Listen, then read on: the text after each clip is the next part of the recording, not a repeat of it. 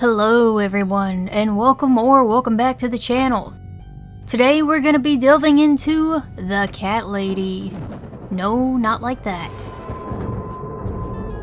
Developed by Harvester Games and published by Screen 7, The Cat Lady is a side-scrolling horror game that features amazing 2D art that gives off that hand-drawn look, along with realistic-looking images.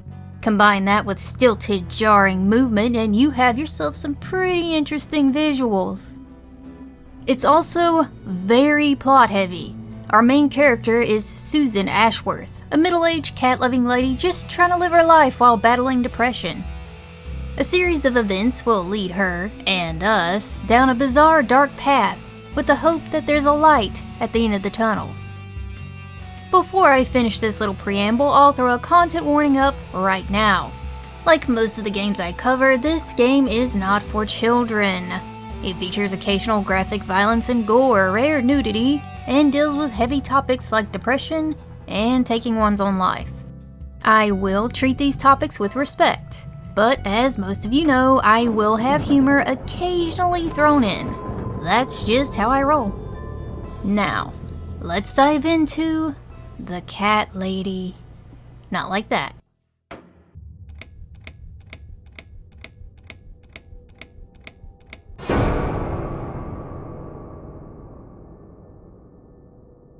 The starting scene is a heavy one. Susan Ashworth monologues about the end of her life after a few too many sleeping pills. I live alone in this old 2-bedroom flat. I rarely go outside.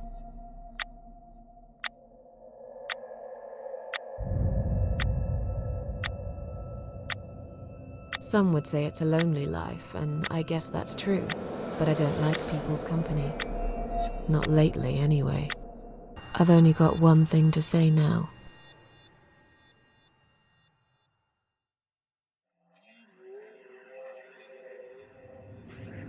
Thanks for nothing. Goodbye. Whether by magic or delirium, Susan finds herself in a field of barley, lit by the orange glow of the setting sun.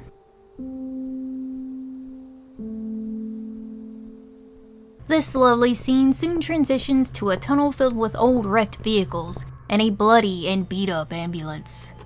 It's locked, so she turns to leave, but before she can get far, she hears a knocking sound. What's making that noise? Hello? Who's there? Heading back to the ambulance, she sees her own body roll out on a gurney. Inspecting her body, she finds a key in her mouth. Heading back to the field of barley, she stops at the ramshackle building upon spotting a deer which startles and runs away. Using the key to unlock the door, we find inside is starkly black and white, an abrupt change from the warm tones outside. Examining the machinery inside tells us too long a sacrifice can make a stone of the heart, i.e., the machine needs a sacrifice to run. Curiously, there's a boarded up hole next to it. Susan can't pry the board off with her bare hands though, so she leaves and heads in the direction the deer ran off to. Only to find yet another version of her own body hanging from a tree.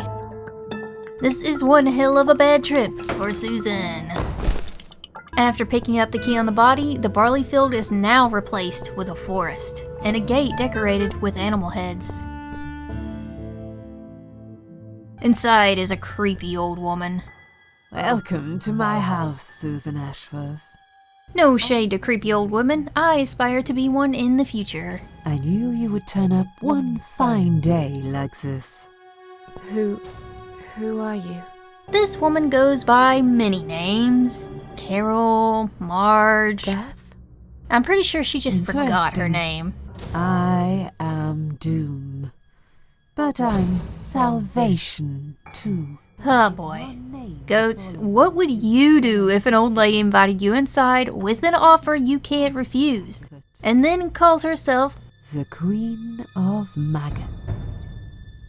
So like I said, I'm going to make you an offer. I want to help you. I will give you back your happiness in exchange for a simple task. Oh, well, I mean, that sounds kind of nice. Completely. you would be yourself again. In exchange for this boon, the Queen of Maggots wants Susan to face what she calls the parasites. These parasites are evil people that she wants Susan to take care of. The parasites, that's what I call them. They don't know each other, but their destinies are bound together. To deal with these parasites, she offers Susan the gift of immortality. She'll not be able to die while the parasites still live. As harmless as they might appear, parasites are the evil scum of the earth. That is, of course, the opposite of what Susan wanted. However, the Queen of Maggots reveals that death isn't the respite she thinks it is. Yes, it's you, Susan. Come close. Say hello. I assumed it would be wise to give you a little taste of the suffering you'd endure. I want you to understand that you can keep going long after you can't. She now has a choice. You haven't really got much choice. Susan cannot leave this limbo world without making a sacrifice of soul and blood. The sacrifice of soul requires Susan to blow out one of the candles. The Queen says it's just a formality, but I, for one, don't trust this lady. But what else can Susan do? I mean, there really isn't much of a choice here. But which one? You can choose. It doesn't matter as long as you do it. They left me no choice, Alice. Maybe one day you'll forgive me.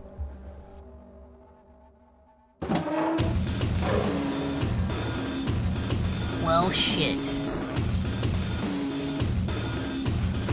See how easy that was? With crowbar in hand, Susan can now pry the board off the bloody hole, and, well, she decides to reach inside. Well, there's your small sacrifice of blood.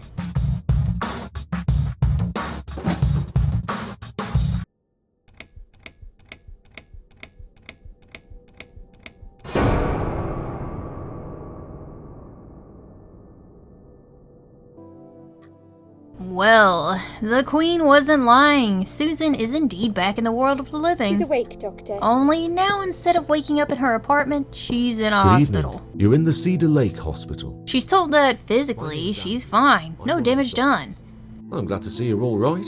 You're on the ward now. Your condition is stable. In the following scenes, we see the nurse Liz speaking kindly to Susan, checking in on her often. 2 seconds. She's a bit of a chatty Cathy, but I imagine that helps in this line of work. Either way, she's a sweet woman. I'm sorry. I know this isn't very nice. Something I can imagine Susan could use after having horrific nightmares while in that bed. Bad dream? The two of them discuss the dream, to which Liz talks about having a reoccurring dream about falling, yet never hitting the ground. And eerily, she says she thinks she likes it. I keep falling, but I never fall, if you know what I mean. I smell foreshadowing. It is then explained that Susan's daughter was the one to find her and call an ambulance. If it wasn't for her, you'd sure be dead now, Susan. But Susan doesn't have a daughter. Yes. That means someone had to have broken into her apartment, saw her, then called an ambulance. Curious. I don't have a daughter. Whoever she is, she lied. But that can be put on the back burner for now.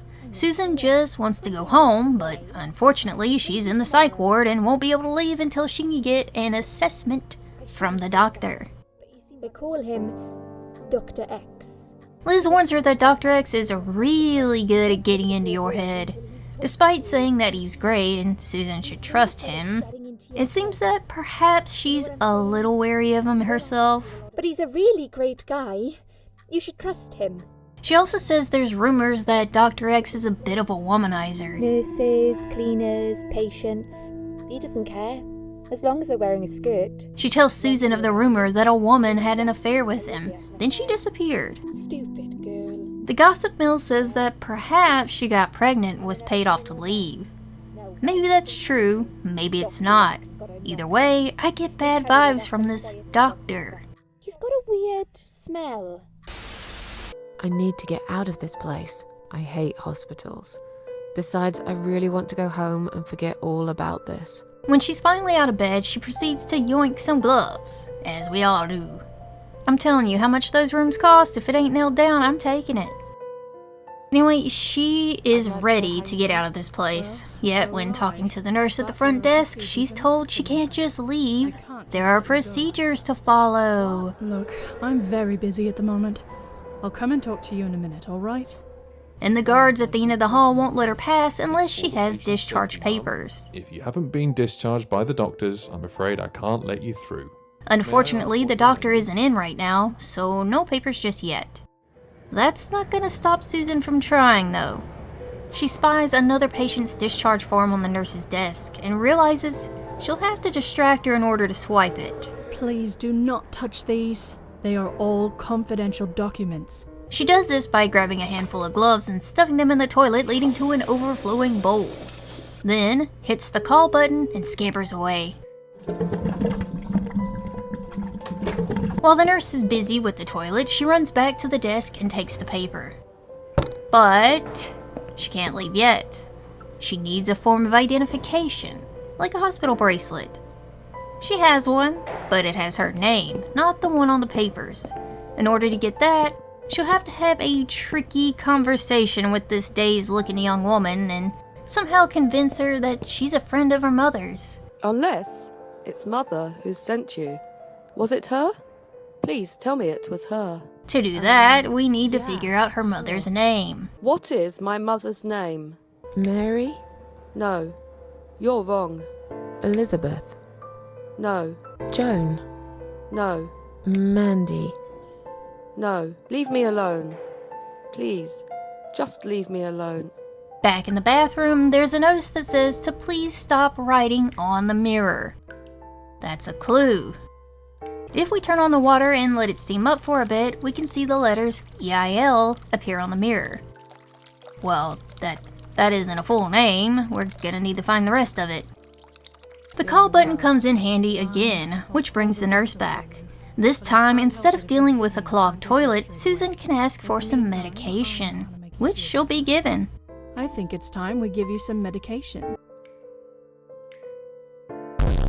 Once drugged up, the scene warps and reveals another set of letters in the bathroom. S-H-A. Combined together, that makes Sheila. Yes. It was my mother who sent you after all. That's not the end of this little quest, though. Now she wants the red liquid, something the nurses give her sometimes. It's her favorite. Sometimes, if I behave, they give me the red stuff. Guess Susan needs to take one more trip to the other side. In this drugged-up alternate dimension, the necrotic heart resides in front of the nurse's station. Susan, armed with a shard from the bathroom mirror, stabs the heart and collects the red liquid. Now, with the peace offering she brings, the woman will exchange armbands with her. How about we swap our name bands? Oh yeah, I don't mind. Allowing Susan to pass through the guards. Oh, alright. I didn't realize you knew how to read. Her plans are foiled when Dr. X himself makes an appearance. And you must be Susan Ashworth. Well, perhaps I am? The jig is up, and she knows it. Give it a rest. I'm not going anywhere. The doctor proceeds to apologize for giving her the wrong medication. Was it accidental, or was it on purpose? Can't trust anyone around here. Sincerely on behalf of my team and the hospital. But luckily we managed to spot it on time. Either way, he says she can leave in the morning after their meeting. And then you can go home. Is that all right? That meeting consists of him asking her about her childhood and her life. There are multiple choices to allow you to craft her background with some variants. I rent a flat. It's quite lonely most of the time. But it doesn't really affect the game overall. It's more flavor. In the end, it's the question about Eric, her husband, that gets to her. Finally, I'd like you to tell me about Eric. Eric? Yes, your husband. I believe this might be important. She really does not want to talk about him. There's nothing to talk about. When wrapping up this assessment, the doctor asks what happened last night after he caught her trying to sneak out. My room. and fell asleep. I slept really well. Susan recalls Liz waking her up and warning her, telling her she has to get out before they get her. Susan, if we don't escape now, they're going to hurt you. First, they head towards the exit. However, it sounds like someone's coming, so Liz directs Susan to the maintenance lift. Turn left here. We can use the maintenance lift to get us out of this place. That lift takes them to the roof. What the hell are you doing? And why is there blood on your clothes? Liz? It's quicker than the stairs. And besides, all the doors are locked anyway. Well, alright then. This is the only way out of here. The only escape. I think it's safe to say that Liz is a ghost, or an apparition, or a manifestation in Susan's mind, what have you. All that talk about the dream of falling, and how the nurse with the red glasses didn't know of her, even though Liz says she's there all the time, well, it kind of makes sense now. She said her name was... She tries to convince Susan to jump with her, that it's the only way out. But Susan counters this idea and tries to talk her down. This is a bad idea. Come down and we'll talk. What Liz really wanted was someone who would listen. And Susan could prove that she listened by remembering the things Liz talked to her about earlier. You listened. Did you really? Liz appreciates that and says she'll be there when Susan needs her again, but it doesn't stop her from falling. It's time for me to let go. No!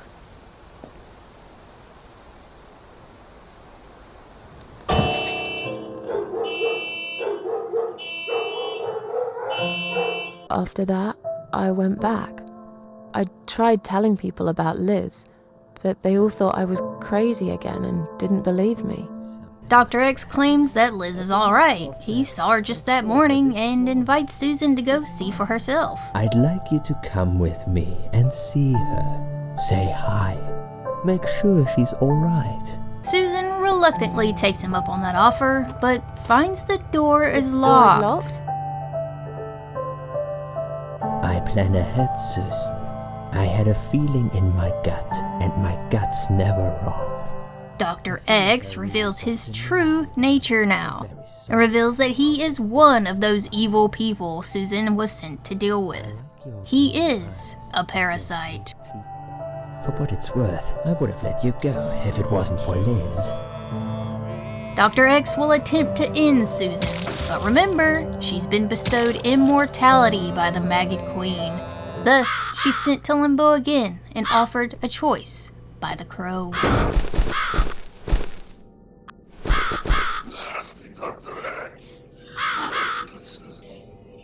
He proceeds to tell her that of these two door guardians, one tells the truth and the other lies, and she can only ask one question. Whatever they are, tell them to stop staring. If you've ever watched Labyrinth, you should be familiar with this little ditty. It's a pretty simple riddle, but also tricky if you aren't used to riddles. It doesn't matter which one is lying or telling the truth. Simply ask one of them what the other one would choose.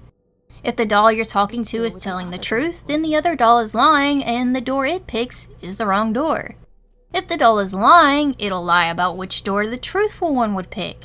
Thus, pick the door opposite the one highlighted. Is this supposed to be my reward? Flowers? I hate flowers. You lied to me. Further in is a familiar place, and again she'll have to blow out another candle to return back to the land of the living, sacrificing yet another soul. She wakes up in a body bag in a room with corpses. Now she burns with fury and thirst for vengeance. Treacherous, dirty bastard. I opened my heart to you, and you stabbed me to death in cold blood. You'll pay for this. I swear you will. In this doctor's dungeon, scenes of gruesome artwork using his victims' bodies are on display. He fancies himself an artist, using his patients as his canvas. While I applaud the use of non-conventional materials for artistic endeavors, I draw the line at using real body parts, human or otherwise. That's just gross. You're gonna pay for this, you bastard. And even worse, Susan finds Liz's body down here, skewered with a metal rod. It seems she's been dead for some time now. There's a key next to her body that will unlock the door next to Susan. Liz did say she'd be there when Susan needed help. It's not quite the way Susan would have preferred, but here she is, right next to freedom.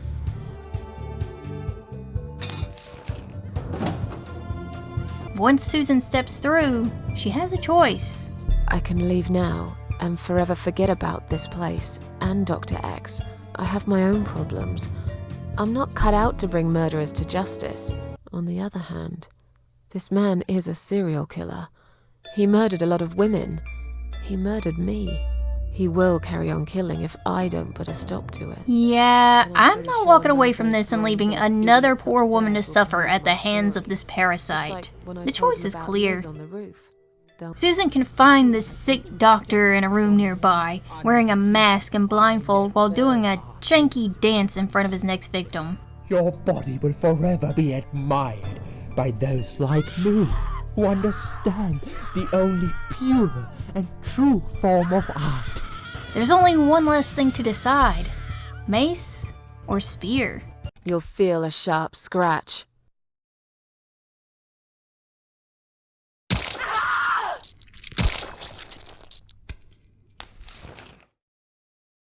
Thank you. Thank you so much. He would have killed me. Like the others. The animal. You gave him what he deserved. Who are you? It doesn't matter. Forget you ever saw me.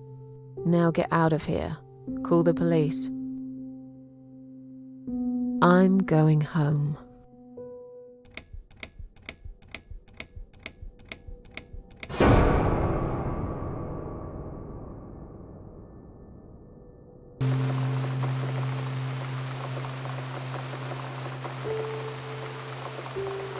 Susan is finally back home.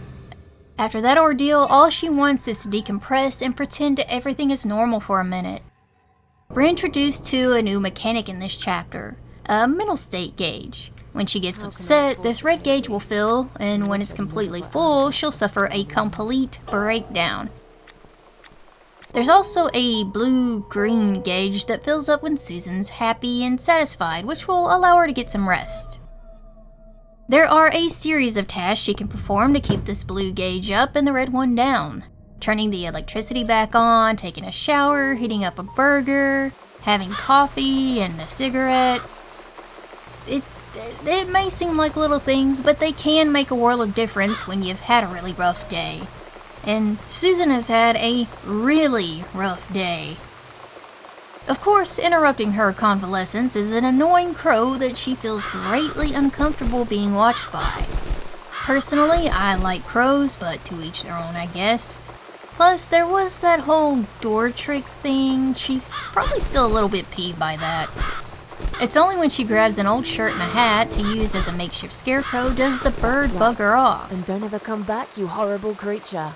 Miss Scarecrow here is going to guard this home from the likes of you. Now that she can finally have that smoke and drink some coffee, she contemplates what's happened and how to move forward. I'm back in my old life.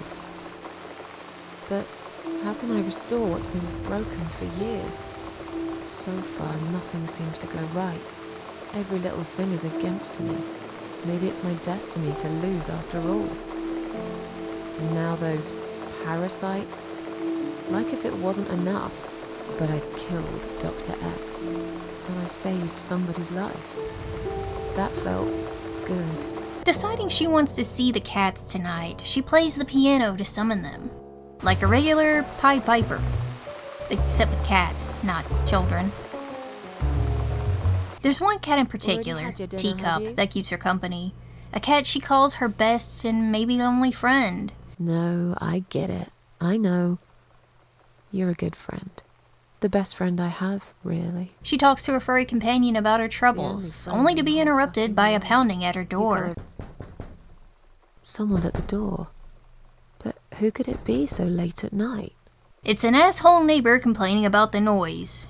Are you out of your mind? Do you know what time it is? We've all had it with you and your bloody cats. To be honest, I'd probably get a little annoyed by the piano playing in the middle of the night, but it's not like she was playing the Devil's Staircase right into your window.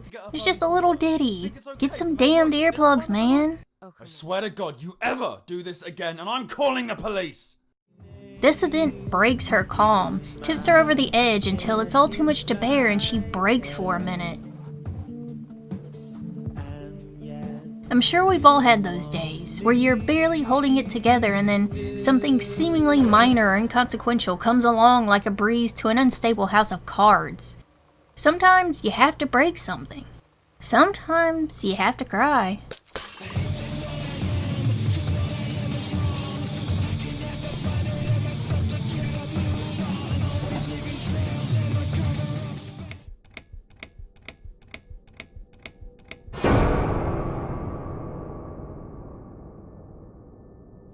After having slept all night and half the day, a pounding on the door once again alerts Susan that there's someone at her door. It's no angry neighbor this time. In fact, it's the woman that called the ambulance for Susan a few days ago. Mitzi Hunt. Hello, Miss Ashworth. How are you? Are you feeling better? On that day, she had come to see Susan about an ad in the paper that said she was looking for a lodger, wanting to rent out the spare room. They still print that? It was months ago. Nobody ever called. I forgot all about it. I gave up on it, actually. Mitzi seems to really want to rent this room, almost pleading with Susan to accept. I'm very tidy. I don't make much noise, and I promise not to spend too long in the bathroom in the morning. Before showing her the room, Susan has to ask just how and why did Mitzi get into her apartment that night. How should I know you won't slit my throat when I sleep? Jesus, what's wrong with you? The how? I picked the lock. Her father was a locksmith, and she picked up a thing or two from him. My dad was a master locksmith. He knew everything there was to know about locks. You're lying. The why? She heard the cats howling. I heard the cats. They were going crazy. It was like if all hell broke loose inside. The noise they made, it was incredible. Like ghosts howling. The reason she lied about being Susan's daughter? She wanted to ride in the ambulance with her to make sure she was alright. I was trying to avoid all the stupid questions. I didn't know what else to say. That seemed like an easy option at the time. Otherwise, they wouldn't have let me come in the ambulance with you. And I wanted to see if you've made it. Normally, people wouldn't do that for a stranger, so either Mitzi is just a very kind and empathetic person, or there's more to it than that. Sure I locked the door. Or possibly both. Again, Susan, not being much of a people person, tries to dissuade her from wanting the room, citing how terrible it is and how associating with her could lead to a negative reputation. And I'm known around here as a fucked up, wicked cat lady. They'd burn me at the stake if they could. But Mitzi doesn't care. She can't be swayed. I don't give a fuck about people, Miss Ashworth. But I do like cats. Once inside the room, Mitzi finds it quite dandy. Still, Susan wants more information, like why she really wants to stay here. You mentioned some personal reasons for staying here. Mitzi explains that she's looking for someone she's only talked to online. I don't know what he looks like, but I know my way around computers. I managed to track him down. She, being good with computers, managed to track this guy down and found out he lives in this apartment building, but doesn't know which flat he's in out of the 8. He's in one of them, and I must just figure out which one. It shouldn't be too hard. Mitzi says this guy did something really bad, and she wants to talk to him to get closure.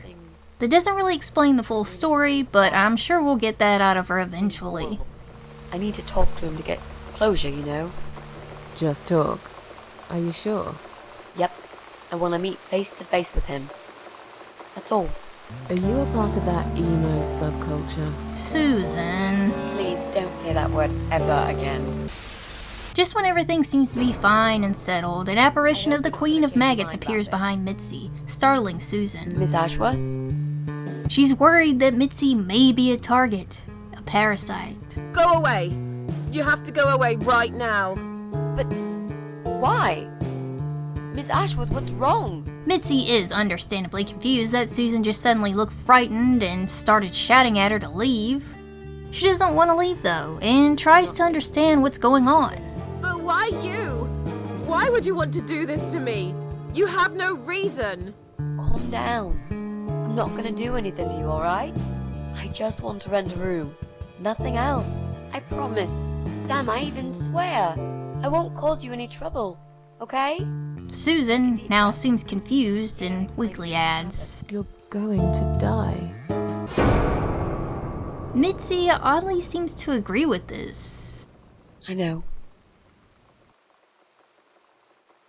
Yeah.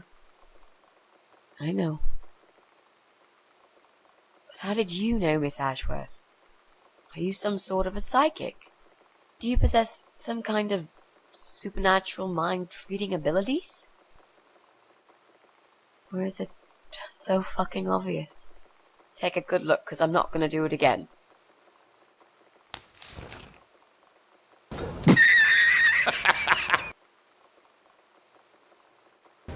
You serious?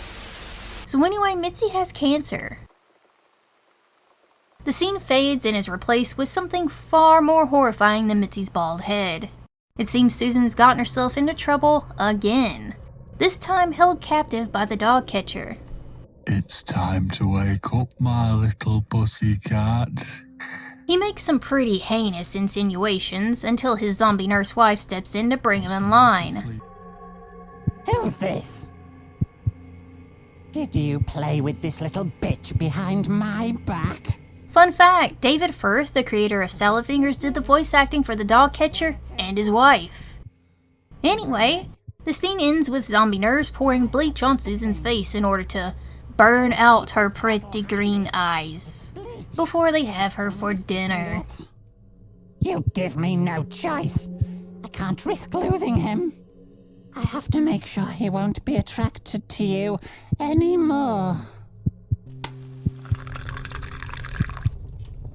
The next scene puts us in control of a cat the couple have locked up. Guess it was the lucky one that didn't get called for dinner. After getting a look at Susan's burned face, it jumps in a hole just before the dog catcher returns. I see my old lady brought the bleach. Again. Wait, again? How many people have you brought to dinner anyway? Now well, now that her eyes and face are messed up, he no longer has any interest in her. I'm not too fussy, but even I have some standards.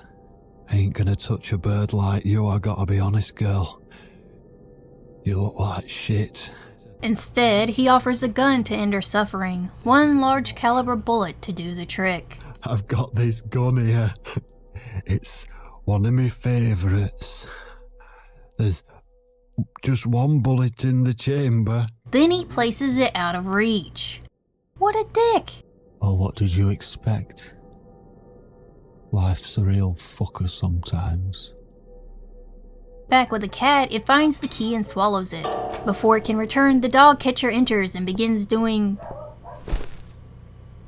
something with his gun. The cat has to wait until he's distracted to jump back into the vent, or else cat go boom. Susan needs that cat to live because it'll spit out the key used to unlock her shackles. A key? Who are you? Say something. Anything. Now she's free and there's a loaded gun nearby. But the bleach has blinded her. There's no way she'll be able to escape without being able to see. No, no, no! I dropped it. Seems like a pickle, but... well, there is one bullet. And Susan is immortal. You get where I'm going with this, right? I'm sorry, Mitzi. I have to break my promise.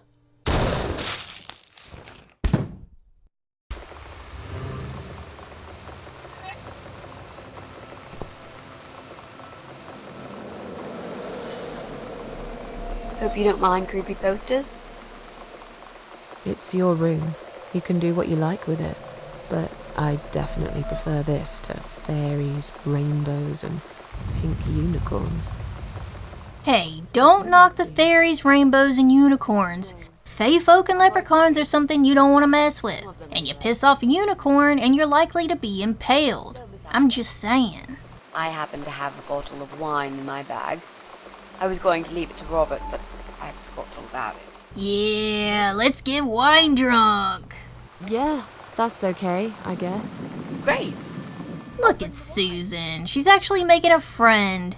Seems like Mitzi's wearing down that bitter, stone-cold visage. Oh, Miss Ashworth, I really must say this before we start. Yeah? I promise I won't cut your throat when you're asleep. Very funny, Mitzi.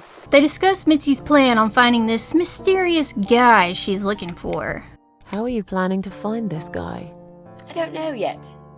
A bit of detective work, perhaps. Susan doesn't really have much information to give her on her neighbors. This isn't the sort of place friendly neighbors exist. You probably also figured by now that this is not the sort of place where new neighbors are greeted with a freshly baked cake.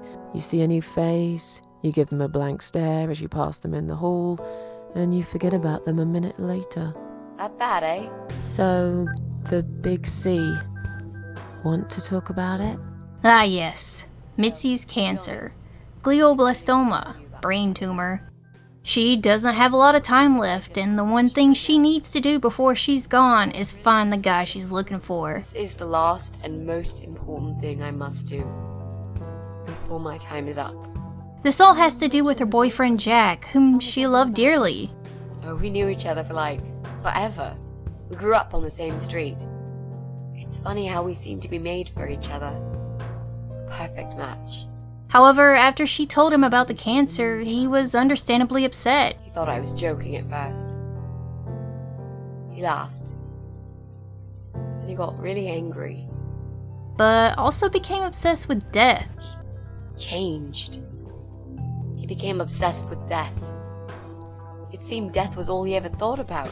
His obsession drove him to seek something out. Something that led him to, end yourself for him. That's where he came into contact with someone who called themselves the Eye of Adam. There's a guy there. Calls himself the Eye of Adam. He's a fucking god on that forum. This Eye of Adam fellow wasn't there for support. He wasn't there to help people. He was one of those assholes that encouraged death. He dwells on human weakness. So this Eye of Adam brainwashed Jack to the point that he wanted to go out with Mitzi, Romeo and Juliet style. Mitzi was not down for that, and who could blame her? But Jack couldn't be convinced to change his mind. Finally, he said he would get everything ready and wait for me in our special place at dawn. 5 in the morning. Don't be late. But Mitzi didn't. She couldn't. But when she did go to see if he could still be saved, well, suffice to say, the deed was done. His car had warning signs of deadly gas. I guess at least he didn't want to hurt anyone else. And this is the reason she needs to find this guy, this Eye of Adam. I'm so sorry. I think now I understand. Whether she really does just want to talk, we've yet to find out. Living without you. And that guy, the Eye of Adam. I'm not surprised you want to find him. I know I would. After that Mitzi interlude, we're back to the dog catcher's abode. Susan, looking much better now, searches the house for a way to deal with these cannibals. Yeah, no, I imagine it would look something like the Baker family's fridge. Well, well, boxes full of bleach. I suppose I deserve a bottle. I've worked hard for it. After finding a bottle of bleach, Susan recalls how she got captured in the first place. What's going on? The cats were going nuts, and being the cat lady, she went out into the fog to check on them. That's when the dog catcher caught her. Bloody fog. Can't see a thing. Curious, he knows her name is Susan and says that a kind man told him what she looked like. What do you want? I'm just here on a job, sweetheart. Nothing more. I had a call, you see. There's a cat problem. And apparently, some crazy cat lady keeps making it worse for everyone. I'm gonna go out on a limb and say it was asshole neighbor. Though I'm sure he didn't expect this guy to be such a creep, or that he'd kidnap Susan. I think he just really wanted the cats gone. But I'm taking you for a ride. But back to the present, the further Susan explores, the more disturbing discoveries she makes. In one room, there are several bathtubs that are filled with a greenish liquid that Susan describes as looking like melted fat and petrol. That's gasoline for us Americans. Inside these tubs are a variety of things, from a lawnmower to human body parts. Wifey is just in the next room chopping up what's probably cat meat, or maybe some of it's human. Nah, there's a little bottle on the shelf Susan needs to enact her plan, but smartly decides Ugly Betty needs to be distracted. No way she's gonna try to fistfight this cleaver-wielding lunatic. Oh, the front door's just unlocked? That was not anticipated.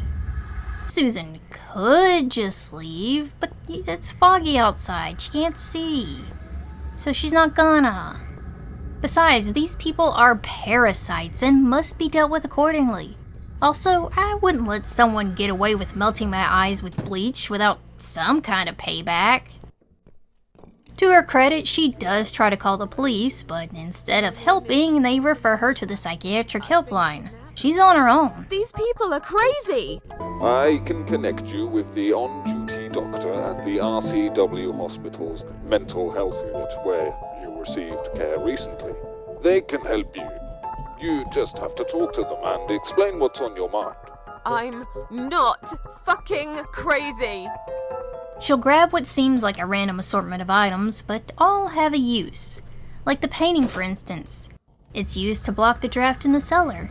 This isn't to keep the dog catcher warm. No. It's much more devious than that.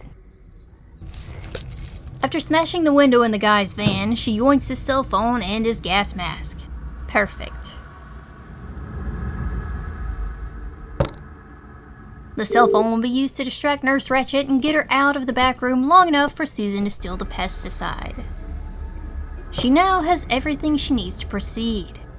Badass mode engaged. Dog catcher gets subdued by the noxious fumes, and Susan takes the gun from him. He's done for, but Susan still needs to have a chat with Wifey. She's no longer in the back room when Susan goes to check, but soon she finds out this tricky witch hid in the tub.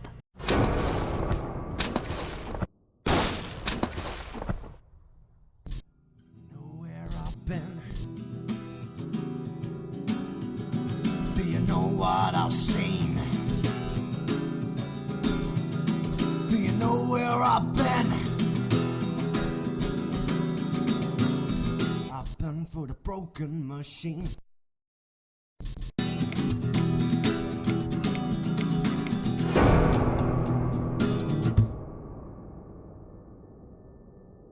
Chapter 5 sees Susan back at her flat with a worried Mitzi greeting her at the door. You saw something terrible in that fog, didn't you? I saw a monster.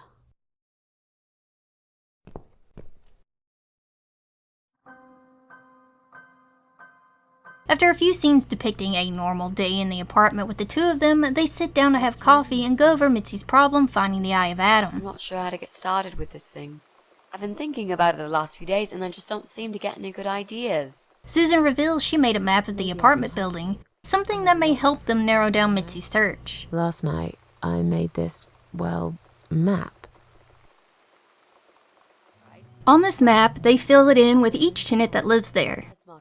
Mr. Rude Bald Neighbor lives in Flat 6.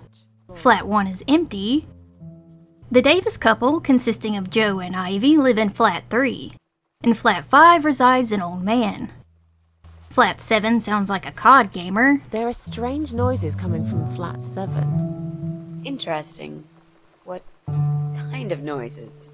Like screaming, explosions, guns. Then there are threats and insults shouted very loudly at someone. And Flat 2 has a dog owner. Susan and Mitzi talk some shit about dogs, something I do not appreciate. I hate dogs. Tell me about it. But we're gonna move on from that. The last apartment on the list is 8, in which a woman with a baby resides. See her. When I do, it's usually in the hall, when she's pushing a pram with a baby inside. After the list is put away, Mitzi asks about the baby stuff she found in the room You she's mentioned a renting, pram. and asks Susan if she has children. This reminds me, I found an old baby pram in my bedroom among all the stuff. Do you have kids, Miss Ashworth? You never talk about it. It seems to be a very touchy subject for Susan. Why does everyone want to remind me of this all of a sudden? Isn't 10 terrible years of suffering enough to let go and never bring it up again? Even for me? After Mitzi accidentally breaks a coffee cup and Susan responds rather apathetically,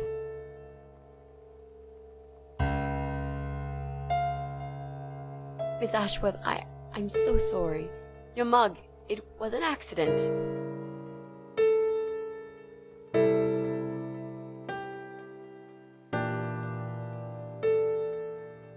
You know, just leave it.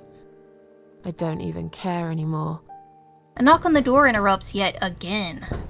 The person at the door has a bouquet in hand, something Susan wouldn't appreciate being that she hates flowers.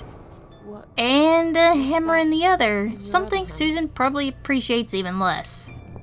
Go away. Leave me alone.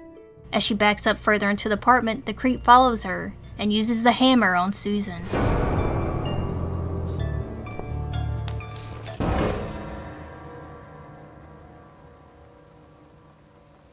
Bruh. The next scene shows Susan in a ship-themed limbo world. Looks like that hammer strike did a little more than knock her out. There's a section that looks like her apartment covered in skulls. She's in a bit of a pickle here because the walls begin closing in on her. But luckily, there's a hidden compartment behind the mirror that reveals a very familiar mace. Looks like it's demolition time. Come on, Susan, you've used this before. In another room is a reflection of a creepy bug monster, and another of Susan in a hospital gown. Using the knife, her reflection will follow the stabbing motion which kills the monster. Mirror Susan breaks out and begins following Susan wherever she goes in a dazed state. In the next room, Susan has to operate a series of levers that drop walls down to trap her doppelganger. And eventually, she too is cut up into mincemeat.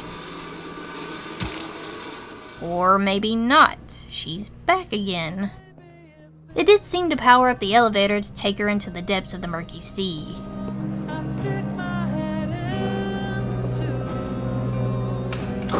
Goodbye, other world. It's not gonna be a pleasant ride back to the land of the living. When she returns, Susan finds herself taped up with Mitzi in the bathtub.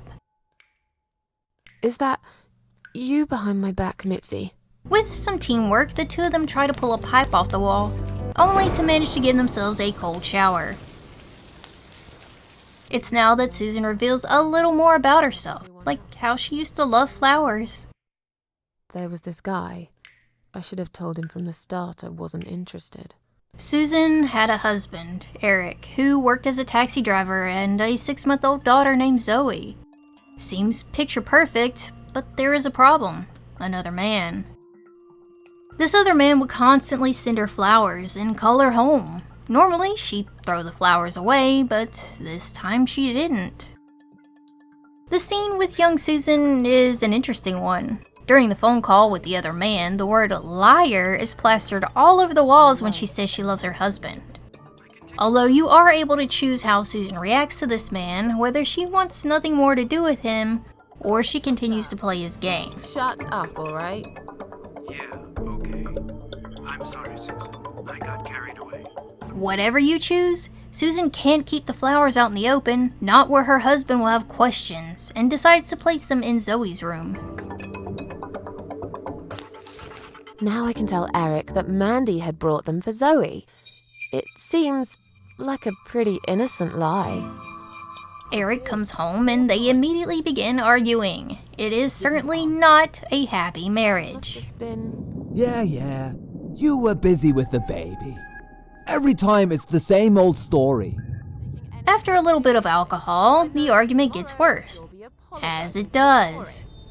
It was just a couple of glasses and you had some too! I'm not drunk! So bad that neither of them heard the storm outside. A storm that let the wind in through little Zoe's window and blew the pollen from the flowers in the baby's direction. They didn't know Zoe had a rare pollen allergy. They were so caught up in their argument that they didn't know what was happening to their child.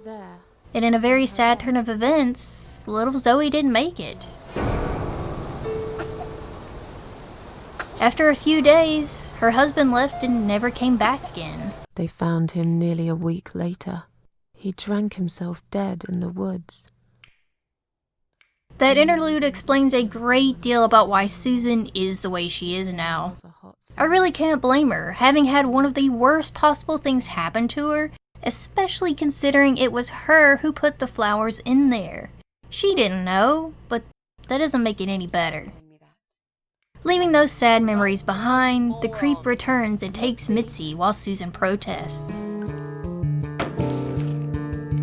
Leave her alone. Don't you dare. No! Take me instead. Then he returns for Susan, only to free her. What's going on? Walking into the living room, Susan finds Mitzi in a dire situation. She's taped up with a rope around her neck. The guy seems to want Susan to play the piano. Remember that the piano is how Susan calls her cats for dinner.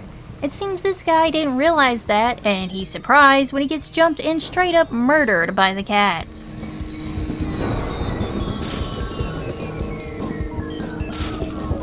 In the melee, the chair got pushed over from under Mitzi's feet, so Susan hurries to rescue her friend. Stand still, Mitzi. I'm gonna be right back with a knife, and I'll cut you down, alright? They're eating him. Yeah, that happens sometimes.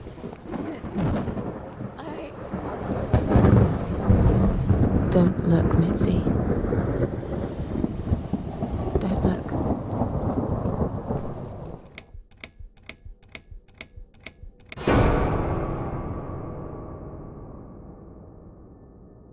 Susan and Mitzi set out to find the Eye of Adam by visiting every flat and doing some investigating. Yes, Mitzi.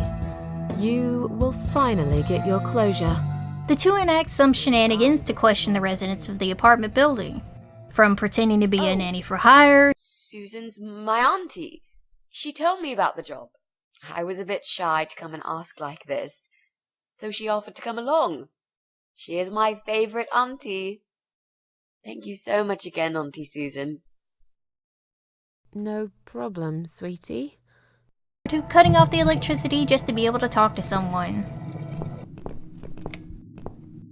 It's just a tripped fuse, don't worry. I'll just flip this switch, and we're back on. Jesse, can we talk to you for a second?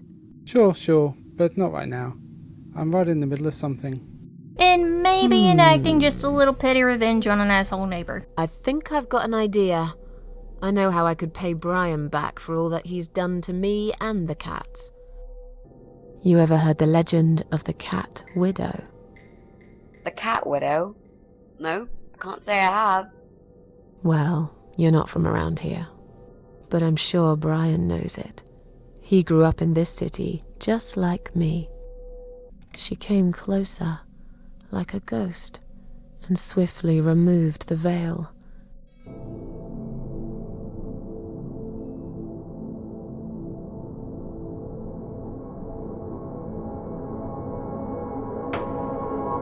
She came back for him, to take him to the river, to make him pay for what he'd done. As he looked into her eyes, he could feel the world spinning around him, his knees go weak, his pants suddenly wet around his crotch. As much as he hated life, he didn't want to die either. Inside, he was just a big, stinking coward. And then he fainted.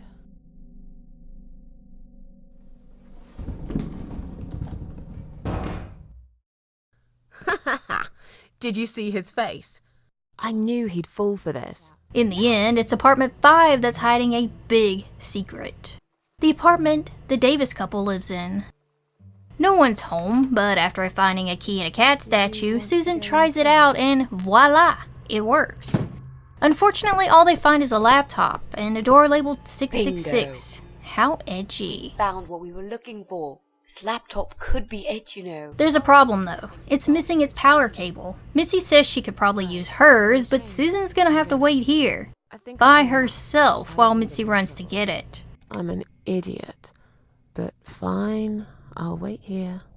While I'm gone, think of a vegetable. Deciding to try to open the front door, the handle pops right off, locking her inside. Damn, the door handle just came off in my hand. How am I gonna get out of here now? Curiosity gets the best of her, so she places the handle on the 666 door. Inside is a bathroom with a mannequin standing in an overflowing tub. Kinda weird, but she does find the power cable she needs.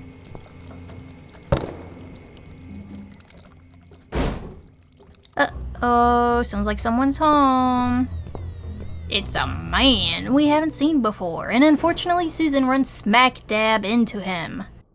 He seems distressed, which could be normal for finding a random stranger in your house, but he's got different reasons. Why did you have to ruin everything? And here Susan is, in another precarious situation. Is it just her bad luck, or is this the influence of the Queen of Maggots? Joe continues to advance on Susan, forcing her further and further back until she accidentally falls through the hole in the floor that leads to the empty apartment on the floor below. I think we need a death counter for Susan. When she comes to, she's in a room with 4 doors, all which have a word above them. Came through here, devil. Opening them in the correct order, devil came through here, reveals an open doorway.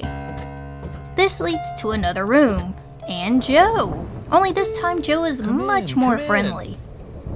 There's no need to be afraid. I don't buy it. He believes this place is the New Haven Hotel and claims he's stuck here too.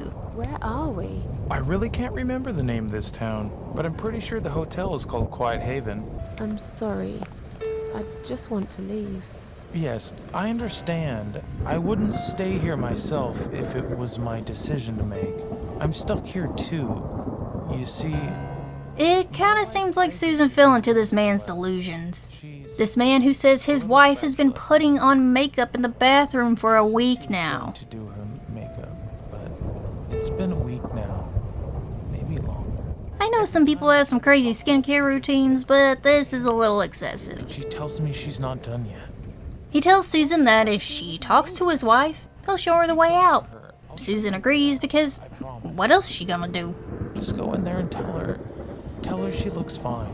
She's always so careful about looking perfect. Okay. I'll see what I can do.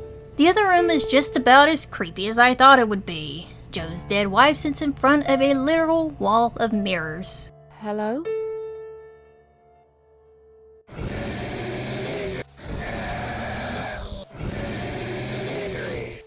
That legitimately scared the shit out of me. Misery. Is that what you said? Susan did say there were a lot of Stephen King novels on the bookshelf. Maybe this is a clue.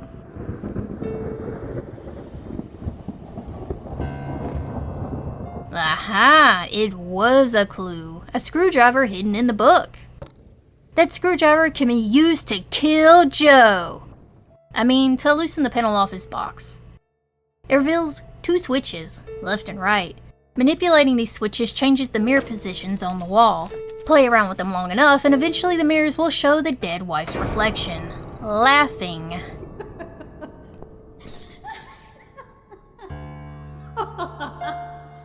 Joe steps in and starts babbling how this isn't his wife Ivy. It was the monster. No! This isn't Ivy! This isn't my wife! It's the monster. It followed me here. You're out of your mind. Do it. Strangle the goddamn creature so it never follows me again, or I'll shoot you right here, right now! Well, shit, those were pretty clear instructions. When she attempts to strangle the dead woman, the scene changes back to the real world. Mitzi is there, telling Susan to pull herself together. Apparently, she was trying to strangle Mitzi in her delusion. Did you just try to strangle me? No. Oh, God, no. I would never do that, Mitzi. Well, at least Susan found the cable, so now they can take a look at his computer. Well, that was a waste of time. Never mind. At least now we're sure it's not him. Turns out it was all for nothing. They couldn't find anything linking him to the Eye of Adam on there. Hey, did you think of a vegetable? What? Jesse's apartment is the only one not crossed off, and checking out his computer also leads to nothing. It's not him either. God damn it. Seems like either this Eye of Adam doesn't live here, or he's trickier than they gave him credit for. Everyone, we've hit a brick wall. Perhaps I was wrong. Maybe he doesn't live here at all. Seems it's the latter, since a note was left on Susan's door, telling both of them to meet at apartment 5 at midnight. And it's signed, Eye of Adam. Meet me at midnight, both of you. I will wait. Flat 5. Door will be open. Do not fear. Eye of Adam. That's the old man's apartment. But never mind that, because the most disturbing scene pops up after Susan and Mitzi head inside for coffee. It's just you and me, my love. Joe has a woman held captive and has been torturing her for who knows how long. If that's his wife Ivy, who Susan once described as a size 00, then this has been going on for a while. I will always love you. You know that. There is something deeply disturbing about this guy, and that's saying a lot considering what we've seen so far.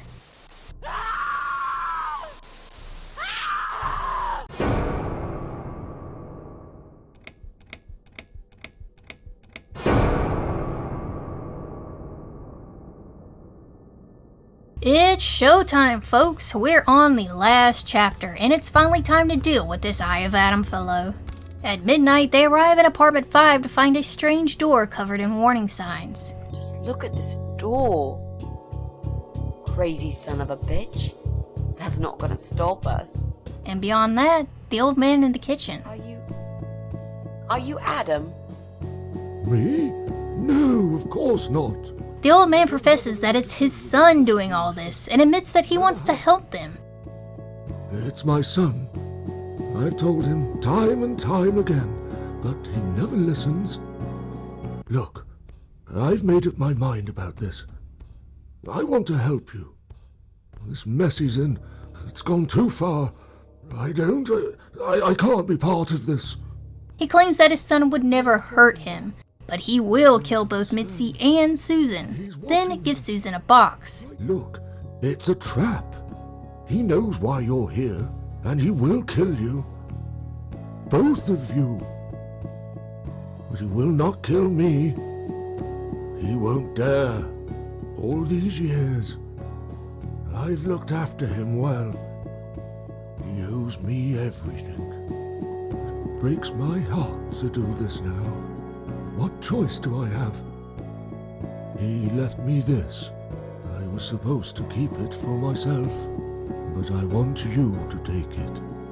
He won't dare to kill his own father, and I won't let 2 innocent lives be lost because of him. What is it? Just take the damn thing. There's not much time. Didn't you hear me? He's watching.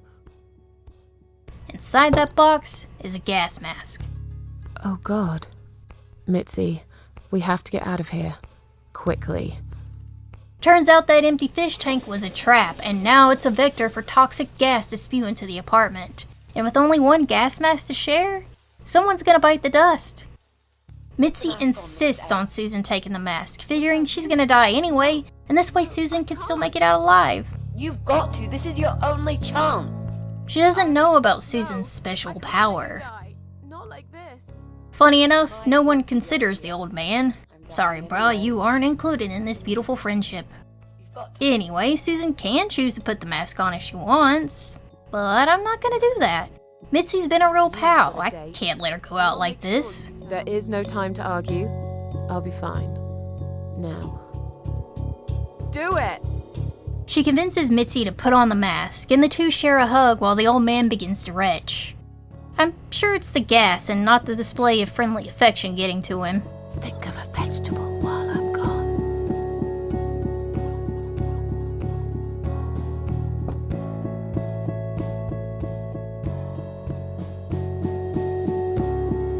Wintertime is up, Susan appears back in the field of barley, back in the Queen of Maggots' domain. Welcome home, darling. I've been waiting for you. What took you so long? Say what you've got to say and let's finish this. I'm tired of you. Tired of all this madness. The Queen has one last job for Susan. Back to her old trick, she tells Susan that there are 2 candles left. If she blows out the right one, this will be all over and the Queen won't bother her again. If she blows out the wrong one, her life ends here. But how should I know which one's right? That's the thing, Susan. You can't know that. In life, you can't always know the consequences before you make a decision. Haven't you learned that yet? That's not fair. Nothing is fair. Susan realizes that this Queen of Maggots is nothing but the ugly feeling she had inside for a long time. Maybe an entity that preyed on her negative emotions, or maybe the Queen of Maggots is those negative emotions made into a physical form. Either way, the Queen is trying to bring her down, make her hate people, drive her further and further away from human connection. Now I know who you really are. All those feelings I had in me for years. That bitter guilt and self-pity. That hatred for myself and everyone else. You are that miserable illness that's consumed my heart all these years. You, always there. Susan knows that if she blows out a candle, it'll either be her life or someone else's snuffed out. Yeah. Then blow out the candle. This is another choice that can lead to slightly different endings, but the right choice is to not choose. Refuse. No, I won't. Yeah. I'm done playing your stupid little games. You heard that, Queenie. You won't tell me what to do anymore. I am stronger than you. Through the sheer power of her will as she leaves that realm behind and returns to the real world, alive and fine. Tomato. You were thinking about a tomato, right? But this is her last life. No more miracle resurrection. Tomato is a fruit, silly. Who cares? I like tomatoes. With no time to waste, they head through the last door and finally come face to face with the Eye of Adam. You're the Eye of Adam? Not quite what anyone expected. He's paralyzed and wheelchair bound, hooked up to an IV and oxygen. It seems he uses that device on his eye to type out messages online, which is how he communicates with Mitzi and Susan. He taunts them, daring Mitzi to shoot him. It's like he wants to die. You arrogant shit! I will fucking do it! Just tell me one thing. One thing. Why?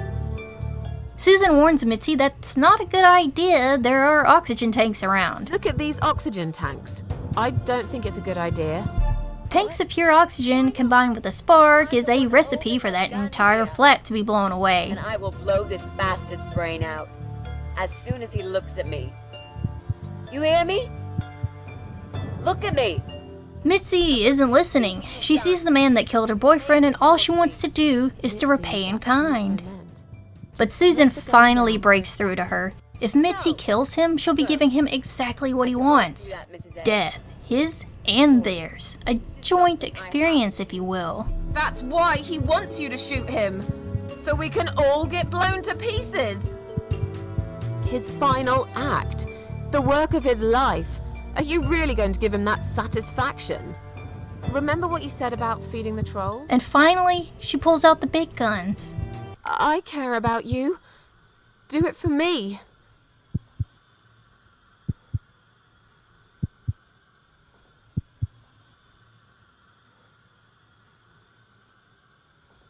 Come on, mate. It's been a long day. Let's go home. We've won. Have we really? Trust me. I know we have. How? I'm the cat lady. From now on, I win every single day. Don't think they let this guy off lightly. Like Susan said, he'll end up rotting away in some care facility with no access to computers or internet. Just left there to wither away, all by himself. The exact opposite of what he wanted. A crueler fate than death for the man. Afterwards, we get a little update from Susan telling us how things have been since those events took place. I'm still surprised anyone would want to read this at all. The ramblings of a cat lady. Maybe I'm not a cat lady anymore. Things have changed here since Mitzi's death. Mitzi passed away, which was sad, but expected. 6 months ago, I lost the best friend I'd ever had. But at least we knew it was coming. I had time to accept it, just like she did. And I can only be glad we spent that time together. I still miss her though. Every day. Susan's getting better. She made some friends and even participates in an online group to help people with depression, which I imagine helps herself as well. I met some people. We go out sometimes, and I'm not alone anymore. It turned out there were others who felt like I did. I talked to them, tried to help. Susan didn't magically get cured from her depression. She's learning to live with it and overcome it day by day, step by step. Things can get better. I must confess, yesterday was bad. It was one of those days when you feel like you're back in the past and all the good stuff that happened was just a dream. But I woke up today, feeling better. Maybe I can never get rid of it. This invisible illness. Maybe it will always be living somewhere deep inside me. Asleep. Waiting. And when it'll hit me hard.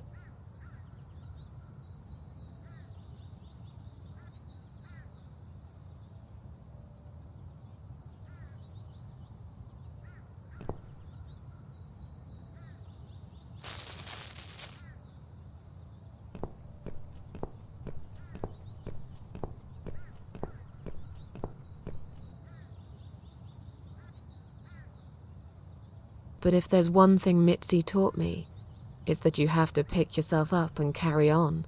It doesn't matter that life isn't fair. It doesn't matter that you make mistakes. You fall and rise again. Worlds full of liars, traitors, cowards. But every now and then, you meet someone like Mitzi, who will just smile at it all. Now, I've forgiven the world and myself too. I teach myself to smile again. One day I'll get there. I know I will. Even if it takes me not 9, but 900 lives.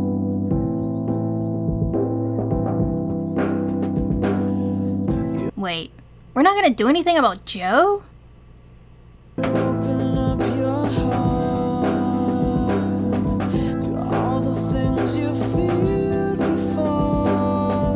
Hey, thanks for watching. If you made it this far, you are the GOAT. Hold up, wait a minute. I almost forgot. Here's a shout out to my lovely patrons and fellow Midnight Goats. We have Pearl9907. That is Pearl, right? You let me know about that. We also have Isha. And last but not least, Michael Hamilton. Thank you all for being a Midnight Goat. You are awesome. And now, back to the outro. I know this title and video showcase some heavy topics, and it feels kinda tacky to shill after something like that. So all I'm gonna say today is, I hope you're having a good day. And I'll see you again on the Midnight Goat.